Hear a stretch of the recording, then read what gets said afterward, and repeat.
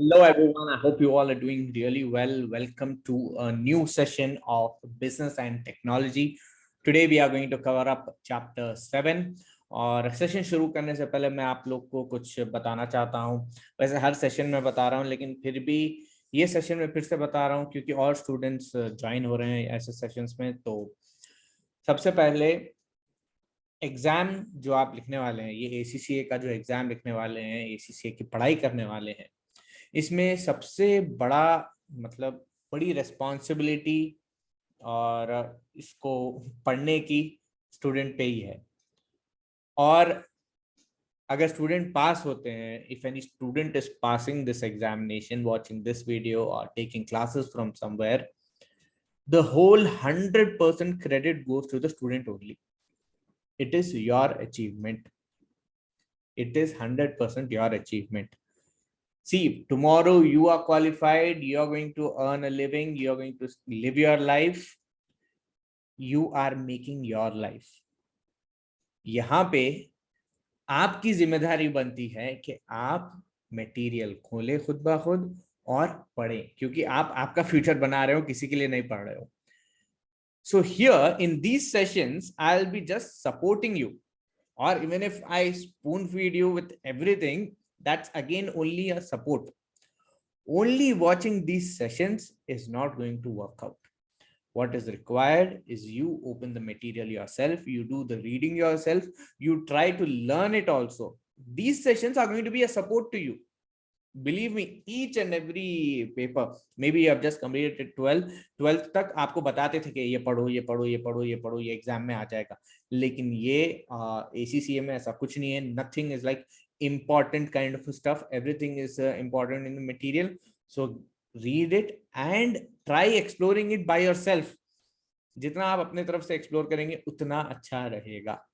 सिर्फ sessions is not going to work out. ये sessions आपको सपोर्ट करेंगे, आपके डाउट सॉल्व करेंगे. अगर आपके पास अगर कोई सवाल है तो आप मुझसे पूछ सकते हैं, मैं आपको सपोर्ट करूंगा. लेकिन यहाँ पे पूरी जिम्मेदारी आपकी है सवाल पूछने की भी. और ये याद रख लो, कोई सवाल छोटा या बड़ा नहीं होता. कोई doubt, no doubt is small और big. You can ask me your doubt. आप जब सवाल मुझे पूछोगे या डाउट ऐसा पूछोगे तो मैं ये नहीं बोलूंगा कि अरे ये भी नहीं आता क्या तुमको. ऐसा नहीं बोलूंगा मैं. Whatever you ask, it is understood to us, and I'll make sure that that doubt is clarified and you move further in your in your studies. You be in line with it. तो ये sessions में आप जो book खोल के पढ़ेंगे वो तो कैसा ही पढ़ेंगे. इस सेशन में आगे जो आने वाले सेशंस है, मैं ज्यादा से ज्यादा अपना एक्सपीरियंस शेयर करना चाहूंगा. अपना experience in the sense, how are you going to learn it from me, like what experience I have being into teaching for 8 years, being into running a business for 5 years, being into going through cross communities, being at different places, what I have learned, how this can be applied in your business, how this can be used in your daily life, वो सब मैं share करना चाहूंगा. तो ये sessions सुनते वक्त आप देखो स्लाइड्स, अगर देखो तो ये slides, if you just see the slides, तो एक एक वर्ड ऐसा लिखा हुआ है यहाँ पे. क्यों ऐसा लिखा हुआ है? The reason being is I want to share my own experience in there. No doubt book में जो है वो तो आपको पढ़ना ही है और आप खुद पढ़ेंगे भी वो, लेकिन मैं अपने तरफ से क्या ऐड ऑन हो सकता है, रियल लाइफ प्रैक्टिकल क्या हो सकता है, वो मैं शेयर करूंगा. So make sure that you take the maximum advantage of it. Maybe ये session, in fact ACCA business and technology में this chapter number 7 in the Kaplan text is the biggest chapter which is to be said. बहुत ज्यादा time लगता है, but we are going to complete it in this session. See, me completing this in this session is not the target. The target is you going through it, you reading it, you understanding it. और ये session में है क्या, economic factors, and that too micro and macro economics के economic factors business को कैसा effect करेंगे, उसके बारे में हम डिस्कस करेंगे. बहुत इंटरेस्टिंग रहने वाला है. बहुत सारे लाइव एग्जांपल्स, बहुत सारे कंट्रीज के एग्जांपल्स लेंगे हम कि वो लोग क्या कर रहे हैं, इंडिया में कैसा हो रहा है. We are going to talk about real economic factors and economic growth factors. ठीक है. So I hope that I have made a lot of clarification to you guys. I hope that आपको ये session समझ में आएगा और बहुत fruitful रहेगा आपको. So let us begin with it. So we are going to deal with microeconomics and macroeconomics. अब micro economics you can say that it is study of individual, जो नॉर्मल डिमांड सप्लाई छोटे छोटे businesses को कैसे relate करता है। Suppose आप एक बिजनेस चला रहे हो तो वो डिमांड सप्लाई कैसे मैच करते हैं हम, क्या कैसे समझ में आता है कि कितना सप्लाई रिक्वायर्ड है, कितना डिमांड है। These all stuff we are going to deal with it. Let me just check. हाँ बराबर। तो ये डिमांड और सप्लाई के बारे में हम बात करने वाले माइक्रो इकोनॉमिक्स। मैक्रो इकोनॉमिक्स में as a country as a country what would be your fiscal policies, monetary policies, unemployment के लिए क्या कर रहे हैं, what is to be done for the growth of the country, तो macroeconomics में हम उसकी बात करेंगे। So let us get started with the microeconomics first. In here individual demand की अगर बात कर रहे हैं तो अगर सपोज एक प्रोडक्ट है, एक प्रोडक्ट चाहे कुछ भी ले लो, like suppose you take a mobile phone, एक क्रिकेट बॉल, क्रिकेट बैट, या फिर आप माइक ले लो, लैपटॉप ले लो, कैमरा ले लो। ये कोई एक प्रोडक्ट का आप खुद सोच लो और उसका एग्जाम्पल अपने तरफ से भी बनाओ आप, ताकि आप तो वैसे भी ये नोट्स लिख ही रहे होंगे बट स्टिल एड ऑन करिए, थोड़ी इमेजिनेशन को बढ़ाइए कि एक प्रोडक्ट का इंडिविजुअल डिमांड क्या चीज पे डिपेंड करता है। अब जैसे देखो हम लोग सेकंड चैप्टर में, in the second chapter we learned the AIDA rule, awareness, interest, desire, action. Awareness, interest, desire, action was the marketing principle. अब यहाँ पे कोई प्रोडक्ट का अगर हमें अवेयरनेस मिल रही, if we are getting an awareness of a product, slowly we try building interest in it to get to know about it more. For example, आपको ACCA के बारे में मालूम हुआ. Now you've got to know that okay, ACCA is a qualification, 13 papers are there in it. Syllabus is widely exposed towards business management, accounting, taxation, auditing. Okay, that's an awareness. Now slowly you find out that okay, if I do the ACCA, then there are good job opportunities available, good knowledge which I can gain so that I can start something of my own. So now what's happening? An interest is gaining. Then later on what happens, you try to explore more, you would like to see who are qualified people, what are they doing. Then what they are doing, depending on that, your desire will increase, that yes, I want to do this, I also want to be a better person than that, more much better qualified person, and grow further in my life ahead. Then you will take action. तो ये जो individual की demand है कैसा depend करती है, you look into words what you are looking out for, like मुझे क्या चाहिए, क्या चाहिए मुझे। जैसे कि पहले देखो, एक 10 साल पहले इंडिया में ACCA की उतनी बातचीत नहीं चल रही थी, but now it is. Why? Because the market is expanding, the demand is expanding, the reason being that there is global exposure. अब जैसे देखो in earlier days means 1990 से भी पहले, जब प्राइवेटाइजेशन, लिबरलाइजेशन, ऐसा इजीली बाहर से कोई चीज आ जाना, इंपोर्ट एक्सपोर्ट उतना आसानी से नहीं होते थे, वो टाइम पे क्या होता था, there were people who used to manufacture here only, sell here only, थोड़ा इकोनॉमिक ग्रोथ बहुत स्लो चल रही थी। फिर क्या हुआ, they had globalisation in place, people from outside came in here, people went outside, थोड़ा फ्रीली जाना शुरू करे, थोड़ा ज्यादा बिजनेस बढ़ा। तब ज्यादा बिजनेस बढ़ा, nowadays if you see it right now in India demand for global products and global companies are there in here.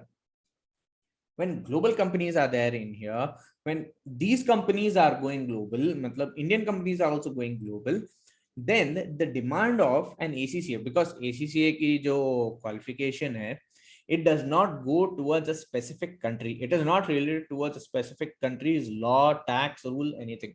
It is more general, it is more global. Now when you read that, your demand slowly increases because of globalization coming in. The demand of ACCA is also going up. Now that slowly will go up, but ACCA has been there for long term. As an example मैं बता रहा हूँ आपको, see how the demand is expanding. तो आप भी कोई एक ऐसा प्रोडक्ट लीजिए, अपने प्रोडक्ट के ऊपर एक कहानी बनाइए, जैसे कि अभी कहानी इन द सेंस रिलेट करिए उसको। I've said about ग्लोबलाइजेशन थोड़ा ज्यादा हो गया, इसलिए अभी थोड़ा डिमांड उसकी ACCA की डिमांड बढ़ रही है। अब जैसे देखो, प्रीवियसली डेटा उतना नहीं होता था मार्केट में available, but nowadays you see more data available. Now the data is available because of that data science, data marketing, data, so data XYZ courses are also available.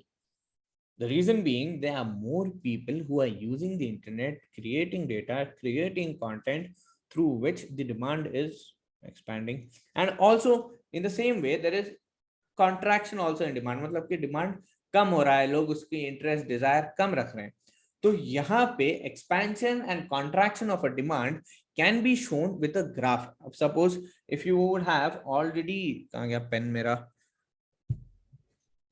here it is. जैसे कि आप देखो, अगर आप, if you are actually, if you have already studied 12th from economics, then you would be knowing कि एक demand curve कैसा slope होता है, फ्रॉम लेफ्ट टू राइट.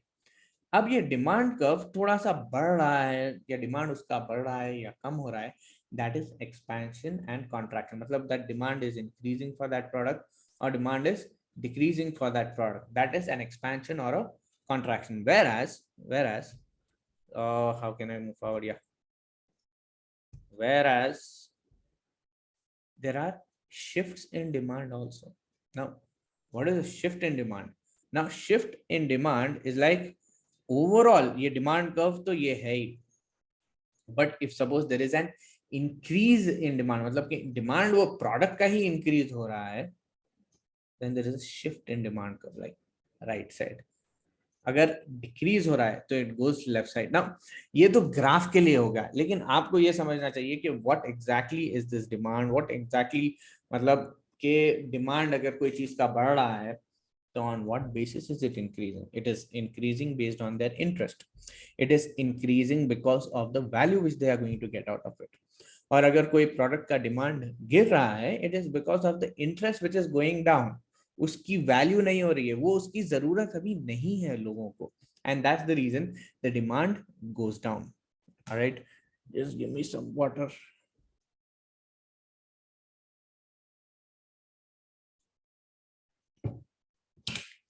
तो यहाँ पे major differences, okay, the major differences in relation towards expansion, contraction, and the shifts and right shift and left shift in the demand curve is because of just the C. Expansion in demand, like suppose expansion in demand will happen when the price falls and the demand rises, and contraction will happen when the price increases and the demand falls. अब इसका effect आगे बढ़ेगा कि वो shift कौन सी तरफ हो रहा है आपका demand.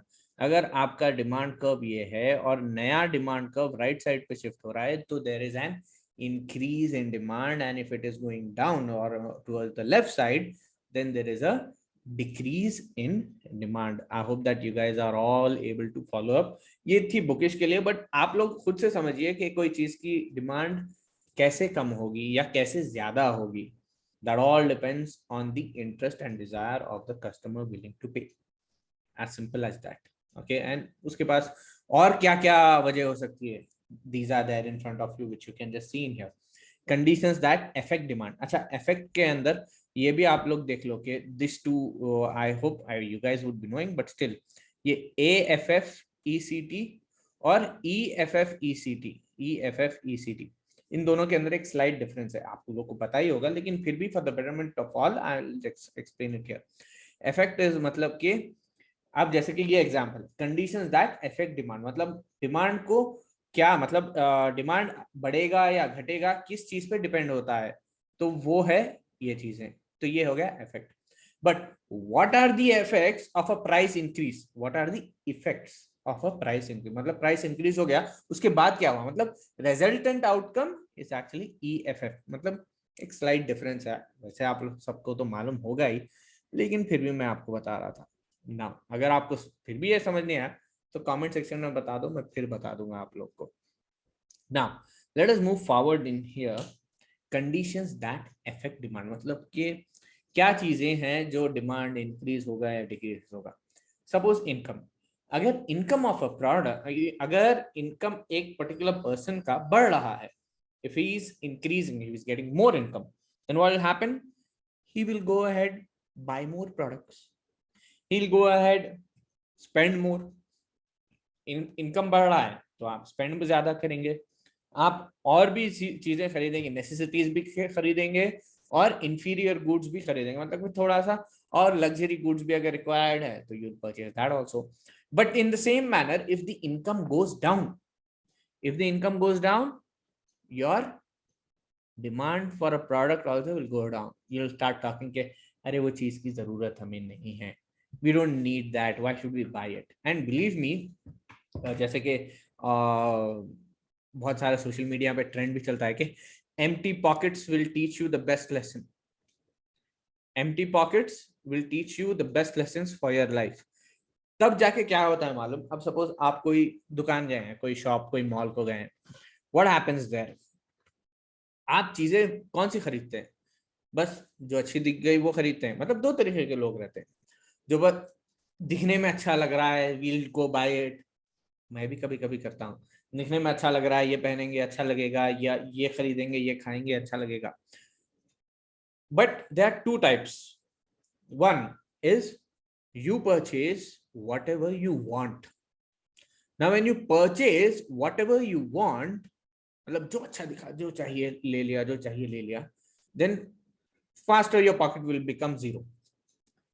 But if suppose you purchase whatever you need, मतलब जो चीज जरूरत है आपकी वो तो आपको खरीदना है. जो चीज वांट में आ रही है उसको थोड़ा आप डिले कर सकते हो, बाद में ला सकते हो. अब जैसे for example, purchasing a mic is a need for me, because then only I'll be able to record properly. Otherwise आपको आवाज बराबर नहीं आएगी तो फिर कैसे?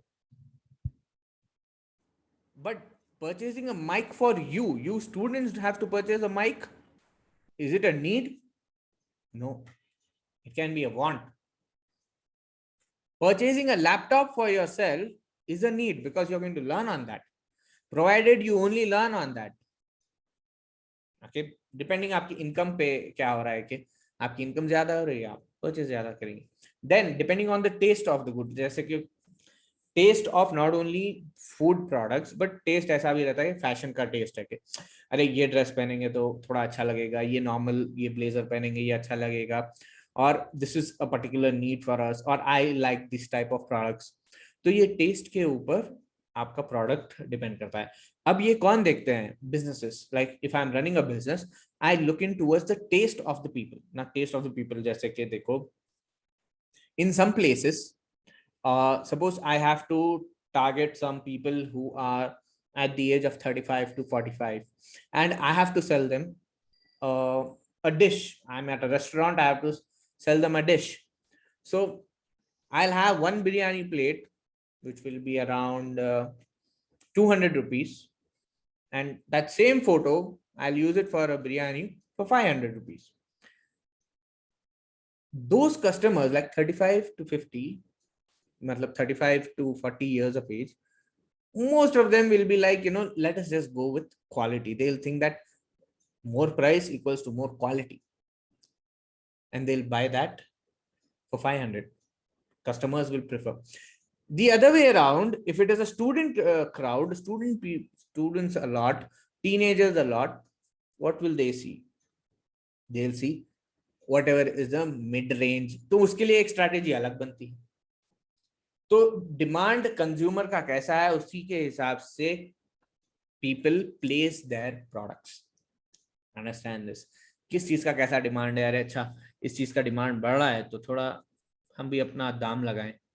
इस चीज का डिमांड कम है, इसको अलग से पैसे, इसके मतलब अलग से कस्टमर इसको खरीदेगा. तो आप ऐसा बात करोगे कि ये कम में हो गया, वो ज्यादा हो गया, थोड़ा इसकी डीमार्केटिंग करते हुए थोड़ा आपको अच्छे में मिल गया. You can market yourself. जैसे कि you are selling something for 50 rupees, someone else is selling it for 40 rupees. He is able to get more customers, but you are also able to get more customers because there is abundance. तो यहाँ पे क्या हो गया? Taste preference. This we are also going to talk about in monopolistic competition, taste के ऊपर. Then price of other goods. Price of other goods, will that affect demand? yes, it will affect demand. मतलब हम बोलेंगे कि ये तो इतने में आ रहा है, जैसे कि कुछ दिन पहले आई वॉच खरीदने गए थे हम लोग, तो आई वॉच खरीदने in the Apple store itself. Now in that Apple store, what happened, really with me, that watch was getting sold for around 300 or $310. Apple iWatch SE.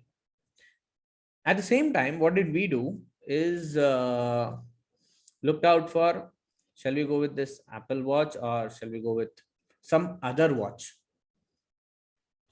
Going with other watch was not our target because हमको वही watch चाहिए थी. But for example, अपने example के लिए, if you are preferring another watch like a Samsung watch or a Noise का watch, then what will you do? Your demand will depend. फिर कुछ लोग आ जाते हैं कि नहीं हमको iWatch ही चाहिए. मेरे साथ क्या हुआ, that they were selling it for $310, but at that same watch, what happened is it was there available on Amazon or something stuff for $270. Then what happened? We showed that see, we are getting it at $270. Why should I buy it from you? Then he said that, okay, can you just show me the same color, the same size of that watch, if it is 44 mm and stuff. If you show me that same one at the same, at a lesser price, then I can do a 10% price match. मतलब कि वो अपने price गिरा देगा because they are going to lose out a customer. मतलब it's going to go out. Demand बदल रहा है, दूसरे product के लिए demand बदल रहा है, तो what they can do a 10% price match, and that was pretty fine for us. लेकिन फिर वही AirPods के जगह पे we could find a better price outside, so we went outside only and we bought it. We did not buy it from there. तो depend करता है कि डिमांड कैसे इंक्रीज डिक्रीज हो रहा है आप लोग का. You also need to have some situation. You would be having so many situations like this from which you can learn from. And then the demand depending on population. Demand depending on population is just like, if I am taking this particular pen, if I am going to sell it, where should I sell it? Now at a place where there is more population, because there chances of people buying it more can increase. Whereas if I have to sell it somewhere like, two examples, I am selling this pen in Dubai versus I am selling this pen in Hyderabad, where would it go on well?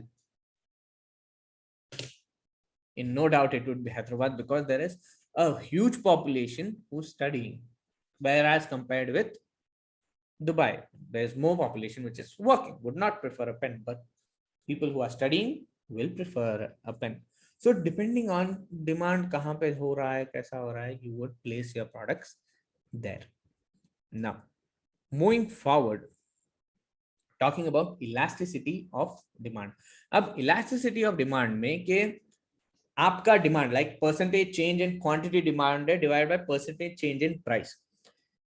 In some senses अगर आप कोई product की price change कर रहे हो, जैसे कि उसको इंक्रीज कर रहे हो या डिक्रीज कर रहे हो, तो वो इफेक्ट आपके प्रोडक्ट पे कितना होगा, मतलब आपके प्रोडक्ट पे कितना होगा, ज्यादा बिकेगा या कम बिकेगा. फॉर एग्जाम्पल अगर फॉर एग्जाम्पल लेते हैं कोई अच्छा प्रोडक्ट, आप अब यहाँ पे है नहीं किसी से पूछूंगा. For example if I M decreasing the price of a particular thing, जैसे कि फॉर एग्जांपल ये एक क्रिकेट बॉल की price somewhere around 400 rupees it is. अगर मैं इसकी प्राइस कम कर रहा हूं, if I M reducing the price of this ball, मतलब नॉर्मली जो नॉर्मल खेलते हैं तो 400 में मिलता है, लेकिन if you go outside for some more league matches, international matches, the price increases for that. अगर मैं इसकी प्राइस कम कर रहा हूं तो क्या डिमांड बढ़ेगा या नहीं, दैट्स द क्वेश्चन. अब उसका आंसर मुझे मालूम नहीं है, you guys should know. If I M decreasing the price of this ball, will the demand increase or not? Question number 1. Suppose I am increasing the price from 400, I am making 500. what is happening to the demand? The demand is increasing or decreasing? In most cases it will decrease. क्यों? क्योंकि अरे महंगा हो रहा है यार, थोड़े दूसरे बॉल खरीद लेंगे, कम वाला बॉल खरीद लेंगे. Will they do that? Yes, they will, because elasticity के जो reasons है, factors affecting elasticity is again the income of people, the taste of people, the habit of people. Change करेंगे या नहीं, बहुत सारे फैक्टर्स अफेक्ट कर रहे हैं. अच्छा, इन फैक्टर्स के ऊपर कोई एक एक्यूरेट वन लाइन आंसर नहीं है, because you can not predict human behaviour. What are they going to do tomorrow? What are they going to do next? You cannot predict it. But थोड़ा थोड़ा थोड़ा करके आप प्रेडिक्शन कर ले सकते हैं. उसी के ऊपर तो डेटा एनालिसिस करके एल्गोरिदम चला के सोशल मीडिया रन कर रहा है प्रेडिक्शंस के ऊपर. तो थोड़ा सा प्रिडिक्ट कर सकते हैं आप, लेकिन ज्यादा नहीं. अच्छा ठीक है, अब समझो कि अगर मैं प्राइस इसकी कम कर रहा हूं, if I M reducing the price and then the price, the demand is increasing, then that is called relatively elastic. मतलब कोई थोड़ा चेंज करने पे अच्छा चेंज हो रहा है, yes it is elastic. अगर मैं इसकी प्राइस बढ़ा रहा हूं, then my price is the demand is decreasing, again it is relatively elastic. Where's that pen? Then again it is relatively elastic. ये कब हो रहा है relatively elastic? Where your elasticity is somewhere around 1, yeah, more than 1. Relatively elastic. Suppose, for example, I am giving you an example of something which you need. Something which you need. Okay, let's take a pen. Okay, a ball pen. अगर ये ball pen की price, normally ball pen की price I guess it is 10, अगर suppose इसकी 15 हो जाए, तो इसका डिमांड कितना चेंज होगा? कितना चेंज होगा? How much will that demand change? I don't think so much demand will change, because the demand will remain the same. Pen चाहिए तो चाहिए, 10 का हो या 15 का हो, पेन तो चाहिए. तो it is relatively in elastic here. Relatively in elastic मतलब कि आपका डिमांड चेंज नहीं हो रहा है, प्राइस चेंज हो तो भी. या फिर सपोज आप जैसे देखो rice, if the price of rice is increasing or the price of rice is decreasing, आप उतना ही खरीदोगे जितना आपको चाहिए. For example, you can also take bread. The price of bread is increasing or decreasing, you would still want it because you have to eat it. If you don't eat it, you will die according to the theories in here. But एक ऐसी चीज है जो आपकी जरूरत है, आपकी जरूरत है, आपको उतना डिमांड लगेगा ही लगेगा. जैसे कि आपको यहाँ से घर से निकल के कॉलेज जाना है, आना है रेगुलरली, पेट्रोल का प्राइस कितना भी हो, आप पेट्रोल गाड़ी में डालेंगे, आप जाएंगे आएंगे, you will go there. So what is happening? The demand is perfectly inelastic. थोड़ा सा कम यूज करेंगे, लेकिन जरूरत के लिए तो यूज करेंगे ही करेंगे ना. तो नेसेसिटीज जो है will come under perfectly inelastic and relatively inelastic. मतलब उनका डिमांड चेंज नहीं होगा, प्राइस ऊपर हो या नीचे हो. फिर कुछ ऐसे चीज हैं जो आपके वांट्स में आते हैं, जैसे कि ऐसा है कि प्राइस उसका इंक्रीज हो गया, तो क्या करेंगे आप? We don't need it. तो क्या हो गया? Relatively elastic, perfectly elastic it becomes. I hope you guys are able to follow up. आपके वो प्रोडक्ट्स जो नेसेसिटीज है वो यहाँ पे है, वो प्रोडक्ट्स जो आपके वांट्स में है, वो यहाँ पे है. They are elastic in nature, मतलब वो चेंज हो रहे हैं. That is changing depending on the price change. Then comes unit elastic, मतलब कि एक यूनिट के चेंज पे देयर इज, मतलब $1 का चेंज हो रहा है तो आपका डिमांड भी उतना ही चेंज होगा.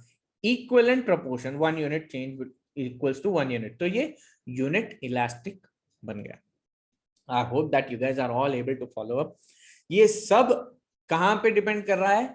When you are running a business, you think that okay, I'm going to sell some product. Now when I'm selling this product, अगर मैं इसकी प्राइस थोड़ी कम कर दूं, तो मुझे डिमांड ज्यादा बढ़ जाएगी, हाँ बढ़ जाएगी, ठीक है कम कर दो। तो ये इंडिविजुअल बिजनेसेस है, आप अपना डिसीजन ले रहे हैं, या taking your own decision, okay, let us reduce the price so that we can get more business, or let us increase the price because none other than less we are getting that much customers only. inelastic है, बढ़ा लो उसको, चलेगा, वैसे भी चलेगा वो. For example, I remember those chairs, I'm not able to show see it here. IKEA में वो रंग बिरंगे चेयर्स है जो अभी 1000 रुपए में है, पहले जब मैं खरीदा था it was around 700 to 800. So an increase, a 25% increase, but still people are buying it. That is fine for them. तो क्या हो गया ये? inelastic. आपकी डिमांड चेंज नहीं हो रही है, प्राइस चेंज हो ना हो, तो बन गया inelastic. अगर आपकी डिमांड चेंज हो रही है, प्राइस के चेंज होने पे, चाहे वो ऊपर या नीचे हो, that is elastic. I hope you guys are all able to follow up. अगर आप लोग के पास डाउट्स वाउट्स अगर कुछ है तो पूछो, शर्माओ मत, पूछो, कमेंट सेक्शन में पूछो या फिर व्हाट्सएप ग्रुप में पूछो. अगर यहाँ पर तक आप देख रहे हैं तो वीडियो को लाइक भी करो, शेयर भी करो ACCA स्टूडेंट फ्रेंड्स के साथ, या फिर 12th करके जो बच्चे बैठे हैं उनके साथ शेयर करो कि ACCA ये होता है बोलकर. शायद उनका इंटरेस्ट जागे, चाहे शायद उनको लगे कि हाँ लेट अस डू दिस, क्योंकि 12वीं के बाद उतने अच्छे ऑप्शंस नहीं है कॉमर्स स्टूडेंट्स के पास. There are some limited good options. वो लिमिटेड गुड ऑप्शंस में ये एक है. अच्छा और भी है, दो students who are talented enough, passionate enough in doing some different stuff, जैसे कि आर्ट्स के तरफ है, जैसे कि सीखना चाहते हैं कुछ और, मतलब कि एक अलग प्रोफेशन में जाना चाहते हैं, विच इज एक्चुअली गुड, जैसे कि to be more generalized like singing, dancing or something like that, content creation, वो लोग के लिए भी ये थोड़ा सा हेल्प करेगा. कैसे हेल्प करेगा? यहाँ से आप सीखोगे कि मिनिमम बिजनेस कैसे चलाते हैं. मेरे सेशन से तो सीखोगे, क्योंकि मैं बिजनेस चलाया हूँ और अभी भी चला रहा हूँ. कैसा चलाते हैं मुझे मालूम है, इसलिए मैं आप लोग के साथ शेयर कर रहा हूँ इन सेशंस में. सो you'll also learn about that, so take it as an advantage. Let's move forward towards supply. अब conditions of supply में upward shift of supply और downward shift of supply. अब upward shift of supply मतलब के पैसे बढ़ रहे हैं, मतलब the cost of making that particular product is getting increased. तो क्या हो रहा है? there is an upward shift in supply, मतलब कि जो आप प्रोडक्ट बेच रहे हैं that is becoming more expensive. तो क्या है? थोड़ा सप्लाई कम हो रही है. और या फिर अगर अपवर्ड शिफ्ट है, ज्यादा डिमांड हो रही है, मतलब ज्यादा सप्लाई की जरूरत है, तो क्या करते हैं लोग? थोड़ा प्राइस बढ़ा लेते हैं. करते हैं या नहीं? जैसे कुछ दिन पहले नींबू का प्राइस बढ़ गया, कुछ टाइम पहले प्याज का दाम बढ़ गया. रीजन सप्लाई पे डिपेंड करता है. सप्लाई उसकी उतनी नहीं मिल रही है, प्राइस बढ़ा दो. सेम वे, बहुत ज्यादा सप्लाई है तो प्राइस कम हो जाती है. Downward shift in supply. Supply matter करता है, मतलब अब बहुत सारे ऐसे बिजनेसेस हैं जो देखते हैं कि सप्लाई कैसा है. जैसे कि अभी ACCA बिजनेस कंसल्टेंट्स बहुत डिमांड है. क्यों? हर कोई अपने अपने अपने बिजनेसेस शुरू कर रहा है. हर कोई they are trying to start up something else, they are trying to start something on their own, give some product which they want. लेकिन उन सब लोगों को क्या जरूरत है? Everybody needs a business consultant, a person who can understand their business model, suggest कि और अच्छा क्या कर सकते हैं इस बिजनेस मॉडल में, और इसको अच्छे से मोनेटाइज कैसे कर सकते हैं. वो आप सब सीख कर बता सकते हैं बिजनेसेस को. Remember this is what you are going to do. आप देखोगे बिजनेस कैसा चलता है, आप समझोगे कि बिजनेसेस कैसे चलते हैं, और बिजनेसेस को आप एडवाइस देने वाले हो. आप बिग फोर्स ज्वाइन कर रहे हो तो नन अदर देन लेस, वो मतलब आगे पीछे घूम फिर के आप वही काम करोगे. आप खुद का बिजनेस स्टार्ट कर रहे हो तो भी आप वही काम करोगे, कंसल्टेंसी कर रहे हो तो वही काम करोगे, अगर आप टैक्स एक्सपर्ट बन रहे हो तो भी वही काम कर रहे हो. आप बिजनेस को सपोर्ट कर रहे हो आगे बढ़ाने के लिए. दैट्स व्हाट बिजनेस, गवर्नमेंट, कुछ भी हो. Now talking about equilibrium. अब equilibrium is a point where the demand and supply थोड़ा बहुत ऑलमोस्ट इक्विवेलेंट, आप उसको ट्राई करके अचीव करते हो. ओके, जितने की सप्लाई हो, जितने का डिमांड हो उतना सप्लाई कर सको. So it is somewhere like this. जैसे कि ये है graph, demand curve slopes left to right from downward from left to right, and supply curve slopes upward from left to right. This is a point where you want to sell those many number of units जितने की demand है. मतलब आप supply उतना करना चाह रहे हो जितने का डिमांड है. अब ये मालूम करना बहुत बड़ा टास्क है. कितना डिमांड है मार्केट में उस हिसाब से सप्लाई करेंगे. कैसे मालूम होगा आपको कि कितना डिमांड है? तो ये आता है प्रिडिक्शंस पे. ये आता है आपका डेटा एनालिसिस. ये भी एक बहुत अच्छा सब्जेक्ट है. अगर आप ये पढ़ रहे हो ना, इनफैक्ट ये ACCA भी कर रहे हो तो भी उसके साथ ऐड ऑन रखो ये, क्योंकि ये बहुत अच्छे से आपको करियर बनाने में काम में आएगा. I am doing that personally, that's why I am suggesting it to you also. Data analysis in the sense understanding business predictions. Business analysis उसके अंदर के बिजनेस को आगे बढ़ाने के लिए, बिजनेस डिसीजंस लेने के लिए आपको कितना अच्छे से बिजनेस समझने की जरूरत है, कितने प्रेडिक्शंस करने की जरूरत है, that will be in here. जैसे कि बिजनेस बढ़ाने के लिए you want to know that what decisions are to be taken so that business will be towards growth. अब उसके लिए डेटा चाहिए. डेटा आ गया तो डेटा के ऊपर आपको डिसीजन लेना चाहिए. जैसे कि ये इक्विलिब्रियम पे पहुंचना है, उतना ही प्रोडक्ट सप्लाई करो जितने की डिमांड है. तो कितना की डिमांड है वो कैसे मालूम होगी? प्रेडिक्शंस पे. अब वो प्रेडिक्शंस करने की भी एक स्किल है. ऐसे ही तुक्का नहीं लगाएंगे कि आज इतने का बिकेगा, आज इतने भेज दो. ऐसा तो नहीं होगा ना. So it all depends on some scientific calculations, some proper seasonal fluctuations, and based on that you can take a decision ahead and try to reach at equilibrium. अब equilibrium एक ऐसा point है कि you always try to reach towards equilibrium. It's not like कि आप हमेशा equilibrium point पे है. जितने की डिमांड है उतने का सप्लाई करो, वेस्टेजेस एंड ऑल स्टफ नहीं रहेंगे. कितना अच्छा होगा ना ऐसा हुआ तो.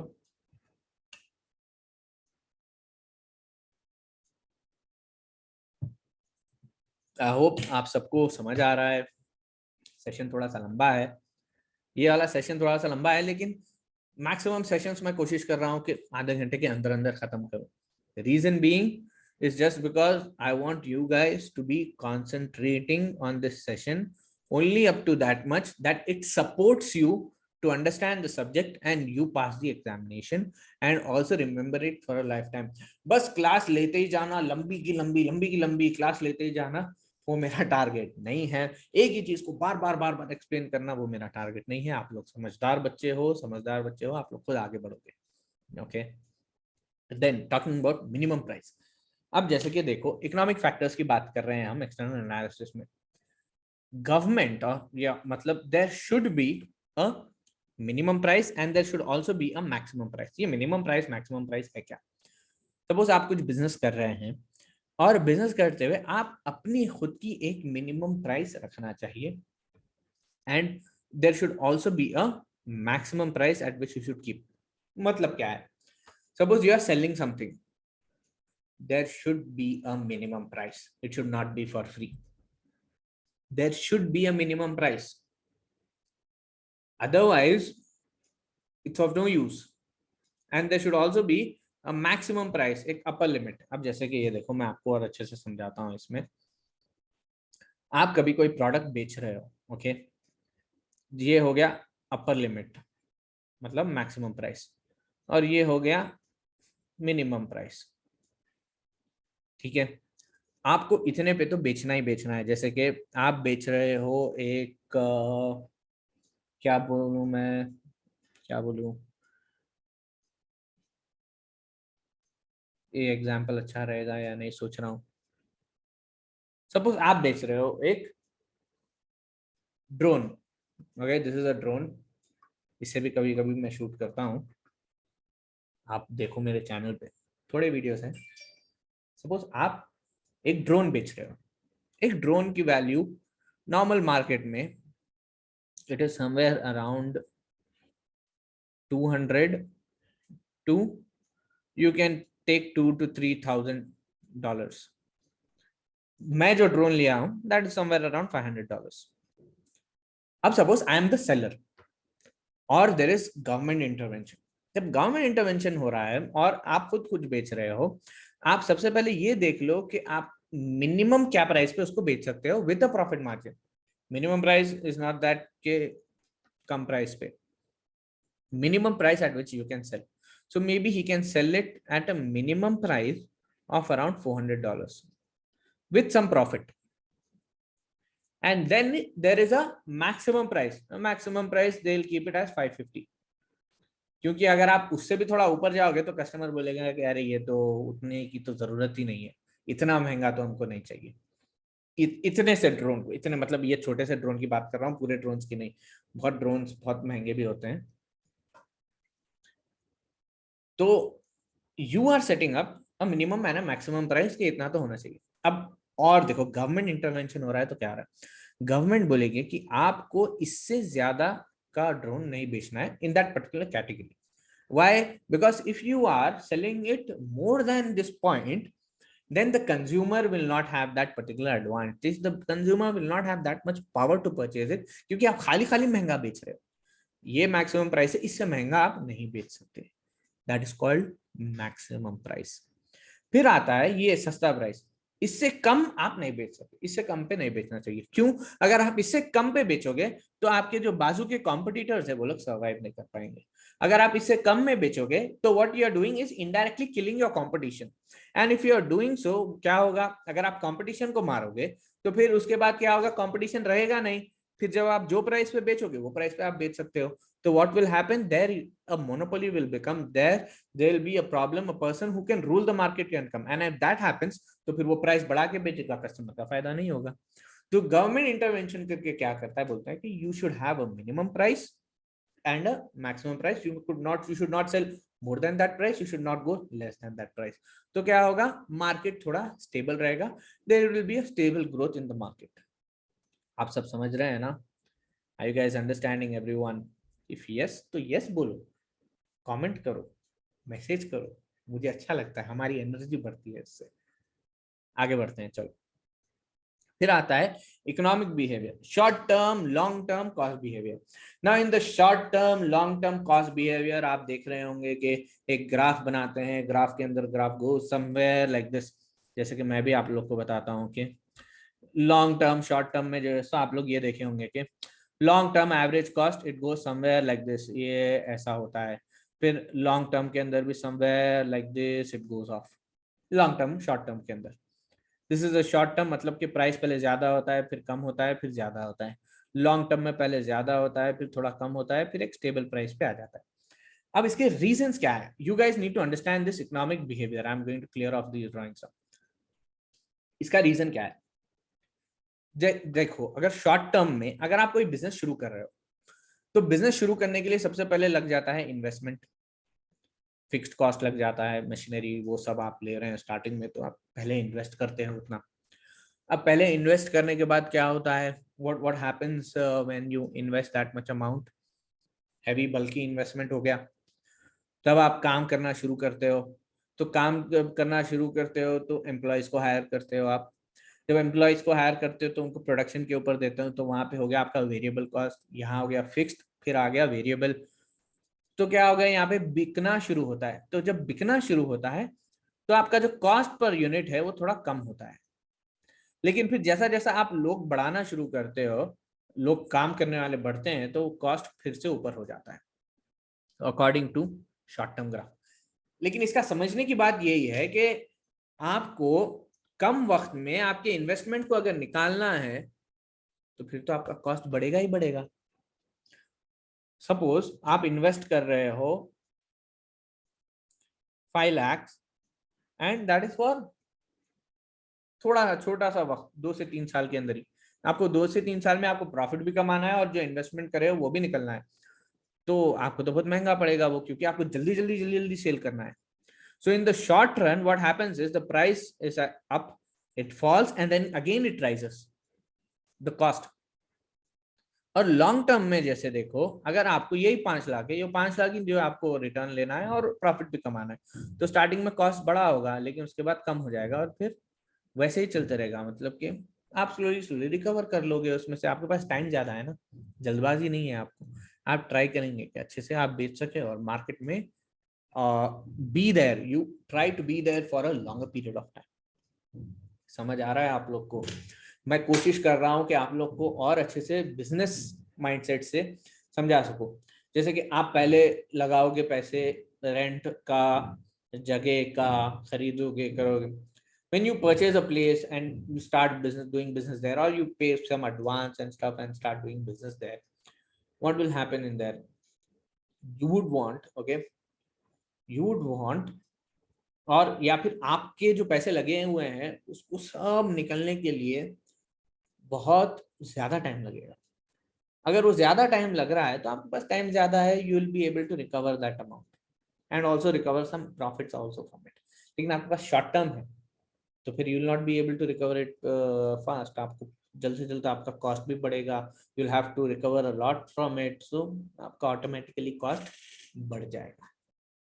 ठीक है, that was short term and long term. अगर आप बुक में पढ़ते हो तो अच्छा खासा और अच्छा सा कंटेंट लिखा हुआ है उधर, वो भी पढ़ो, ये भी समझो, do it all and go further. ये जो है मैं कपलान मटेरियल से पढ़ा रहा हूँ आप लोग को। Then moving forward we talk about types of market. Market कितने तरीके के होते हैं? नंबर 1 है perfect market, number 2 imperfect market. Perfect market is like सब कस्टमर को सब कुछ मालूम है, प्रोडक्ट के प्राइस पूरे सेम है, पूरे प्रोडक्ट्स एक जैसे हैं। Is that possible? No, it is not possible.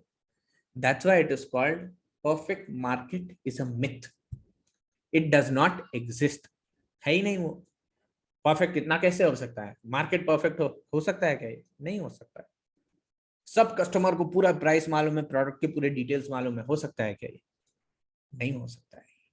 That's why it is called perfect market is a myth, but still they talk about it in the book. Perfect market. हाँ. Perfection does not exist only. वो बोलते हैं ना practice makes man perfect, हो ही नहीं सकता है। अगर प्रैक्टिस मेक्स मैन परफेक्ट बोल तो फिर विराट कोहली तो 0 पे आउट होना चाहिए ही नहीं, इतनी प्रैक्टिस करता है वो, हो ही नहीं सकता है फिर तो। Virat Kohli does the best practice, every batsman going to play do, मतलब बहुत अच्छी प्रैक्टिस करता है वो। Every batsman who is going to play international cricket बहुत अच्छी प्रैक्टिस करता है, रेगुलर अच्छी प्रैक्टिस करता है वो, फिर भी कभी कभी 0 पे आउट होके आता है। वो तो परफेक्ट होना चाहिए ना, प्रैक्टिस तो कर रहे हैं वो। तो समझ लो मेरी बात को कि वो परफेक्ट नहीं बन सकते, कोई भी नहीं बन सकते। Nobody can come towards perfection. अच्छा, मैं आपको ये सब बात भी बता देना चाहता हूँ कि हम जब पढ़ते थे तो दिन में 10-10 घंटे, 12-12 घंटे, 16-16 घंटे, 16 घंटे तो मेरे से नहीं हुए लेकिन बता, 16-16 घंटे बच्चे पढ़ते थे। आई सीरियसली डोंट अंडरस्टैंड क्यों इतना पढ़ते थे। आपकी भी तो एक लाइफ है, परफेक्ट तो नहीं बनोगे आप एक साथ पढ़ते पढ़ते। ठीक है, चलो पढ़ाई पढ़ाई तो ठीक है। जब आप अपना करियर स्टार्ट करते हो, you start working in a firm, जब आप शुरू कर रहे हो फर्म में काम करना, तो भी आप 14-14, 15-15 घंटे काम कर रहे हो। क्यों? क्योंकि अभी आप जल्दी जल्दी सीखने वाले हो, अभी आप स्ट्रगल करोगे तो आगे जिंदगी अच्छी जी सकोगे। ये भी एक समझ नहीं आता मुझे, ये क्यों चलता है ये ऐसा, मतलब अब जाके समझ आ रहा है। when I am reaching nearly 30, I am trying to understand कि why was that culture imposed on us? Why not we have things in balance? Why not we have study at studies place? Why not we have work at workplace? Why don't we have our relationships, our family life at their place? नहीं होता है। Concentrate more on your studies, make your future, have a better life. चलो आप पूरा पढ़ो करो, उसके बाद फिर नासा में जाओ, नौकरी करो। Are you getting that satisfaction? Are you getting the purpose of your life? I seriously don't know यार, I seriously don't know. होना कैसे चाहिए कि आपको कंसंट्रेट करना है सभी चीजों पे। आप आपके खेल कूद पे, स्पोर्ट्स पे कंसंट्रेट करो, अच्छे से खेलो। आप अपनी पढ़ाई पे कंसंट्रेट करो, अच्छे से पढ़ो। This can happen with a balance. लेकिन पता नहीं एक ऐसा कल्चर बना देते हैं कि trying to get things towards perfection, trying to bring people, giving examples of those people, मतलब गिने चुने लोगों का एग्जाम्पल देकर बोलते हैं कि देखो ये फलाना ऐसे कर रहा है, ऐसे कर रहा है, that also you can also do it. नहीं होता है ऐसा। Everybody has a different story, everybody has a different life, everybody has a different business, so it cannot happen that perfection can be reached.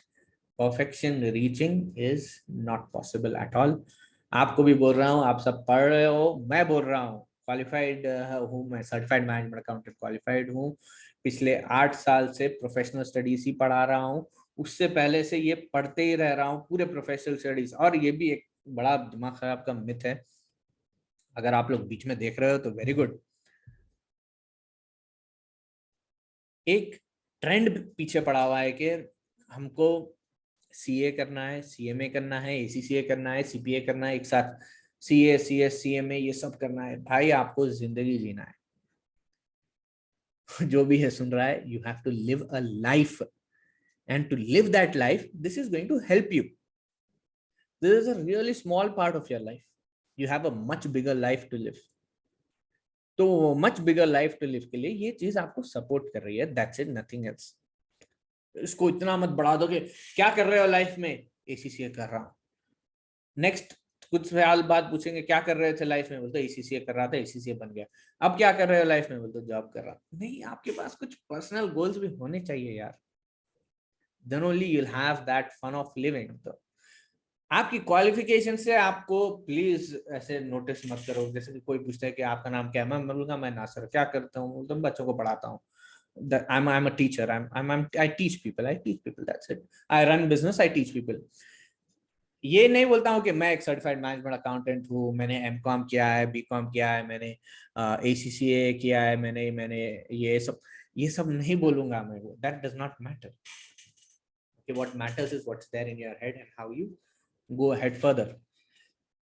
Class के बीच बीच में ऐसी topic आ गई, थोड़ा हम आगे बढ़ते हैं। परफेक्ट मार्केट तो समझ आ गया आपको। नेक्स्ट आता है इम्परफेक्ट मार्केट। इम्परफेक्ट मार्केट के अंदर आता है मोनोपोली। मोनोपोली से मतलब है कि single seller, that one single seller is ruling that market. He is only having the authority to make the price, और वो जो प्राइस बोलेगा वो प्राइस पे चलना है आपको, वो प्राइस पे आपको खरीदना है। कुछ एग्जांपल्स है मोनोपोली के, जैसे कि passport authority in India monopoly है वो, that's what they are doing. They only have it, like पहले तो गवर्नमेंट के पास था, अभी it is TCS who is doing that work, so it is monopoly. लेकिन वो लोग अपने हिसाब से प्राइस को बढ़ाते करते नहीं है, जितना प्राइस है उतना ही प्राइस रखा है, और उतने ही प्राइस में उनको सुपर प्रॉफिट्स मिलते हैं। क्यों? क्योंकि कम प्राइस पे रखोगे, लेकिन आना तो उन्हीं के पास है ना, दूसरे तो कहीं किसी के पास। इंडियन पासपोर्ट होना है तो you have to do that only, same process.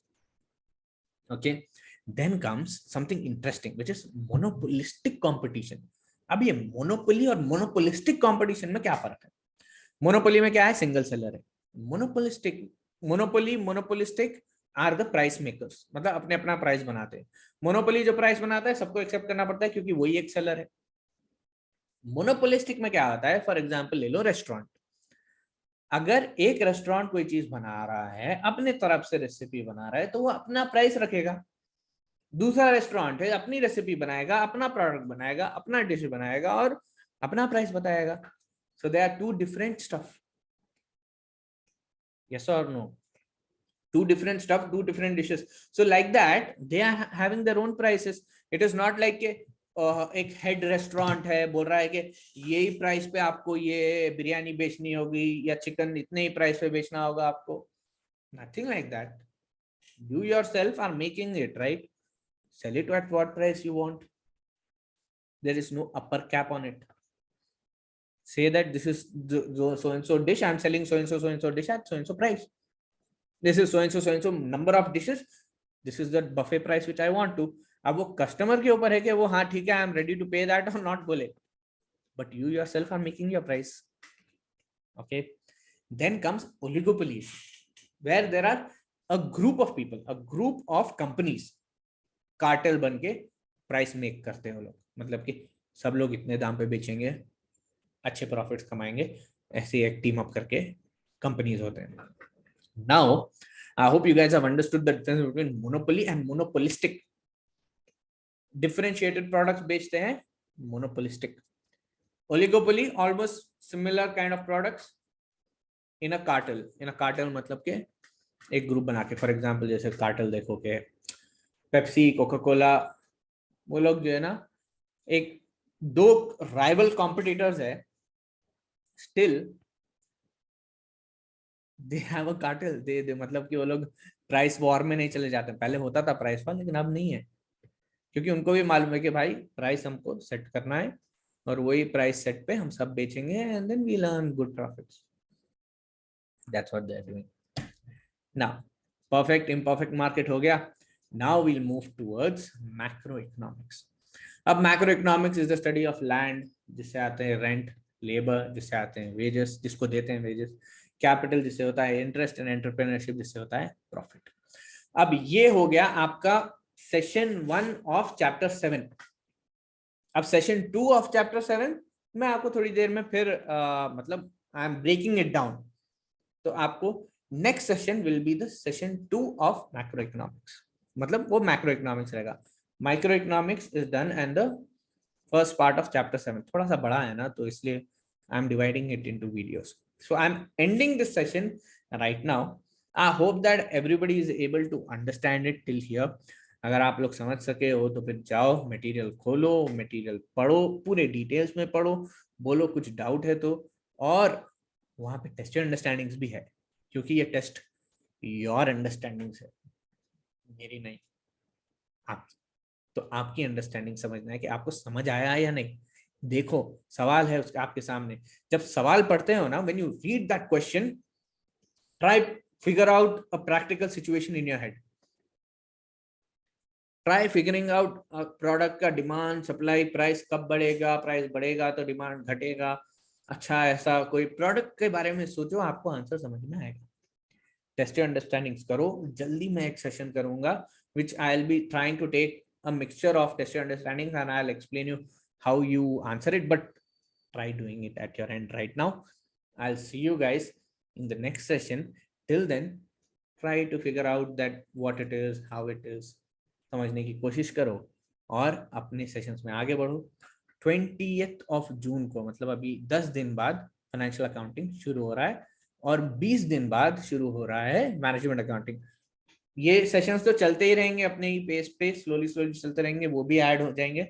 आपको रजिस्ट्रेशन करना है और जल्दी. अच्छा, रजिस्ट्रेशन के लिए आप लोग मुझे रीच आउट कर सकते हैं. रजिस्ट्रेशन के लिए I will help you with that and also with the material if you want. I will help you with that too. Even with the mock examinations and unlimited doubt solving also. एक separate group बनाया है मैंने. एक fee charge कर रहा हूं मैं, उसकी minimum price which is 11,000 rupees. ये 11,000 रुपीज में आपका रजिस्ट्रेशन हो जाएगा, which is around 3,500 to 4,000. That registration will be done. then your mock examinations will be there, your material will be included. Soft copy रहेगी मटेरियल की. आपको print out कराना है तो आप प्रिंट आउट करा ले सकते हैं. material will be there, the Kaplan text material I'll be giving off, and you will be part of the unlimited doubt solving. सवाल पूछते रहो ACCA के बारे में, करियर के बारे में. ये सब सवाल को मैं इजीली आपको आंसर कर सकूंगा, क्योंकि आपके सवाल तो आ रहे हैं, जो कमेंट सेक्शन में आएगा उनको तो मैं रिप्लाई करूंगा, लेकिन अगर फोन पे बात करना है एंड स्टफ तो फिर वो आपको ये पैकेज लेना पड़ेगा. मैं आपसे अच्छे से बात कर सकूंगा, आप पे अच्छे से कॉन्सेंट्रेट कर सकूंगा. Alright, so I will see you guys in the next session.